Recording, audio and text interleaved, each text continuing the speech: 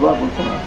তো সেই অবস্থার প্রেক্ষিতে এখন যে অবস্থা হয়েছে শ্রমিকদের যে অবস্থা আপনারা জানেন, গতকালকে একটা জিনিস হয়েছে দেখবেন আমাদের সময় পত্রিকা, সেখানে বলছে 30% শ্রমিক, 30% জনগণের 30% হচ্ছে ঋণগ্রস্ত।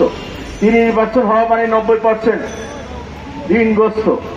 অথচ সরকার বলছে মাথা পিছু আয় বাড়ছে। এই মাথা পিছু আয় বাড়েনি আমাদের আমরা ঋণগ্রস্ত এখন 30% লোক, এটা বেশিরভাগই শ্রমিক। তার মানে আমার যে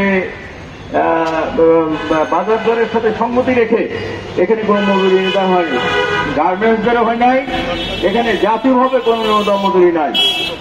আর যেসব সেক্টরগুলোতে হোটেল, গার্মেন্টস, এই যেসব ব্যবসার নিম্নতম মজুরি হয় সেখানে সরকার প্রতিনিধি থাকে, শ্রমিক প্রতিনিধি থাকে, মালিক প্রতিনিধি থাকে।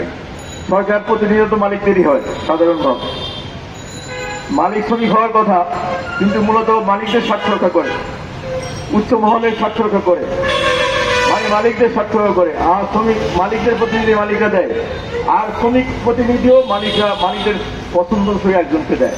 তার মানে তিনজনই হচ্ছে মালিকদের প্রতিনিধি। যার জন্য আমাদের এখানে বাংলাদেশে এই যা হচ্ছে এখন সেক্টর ওয়াইজ বেশিরভাগ ক্ষেত্রেই বাজার দরের সাথে সঙ্গতি করে কোনো মজুরি নির্ধারণ হচ্ছে না। যেখানে কিছু হচ্ছে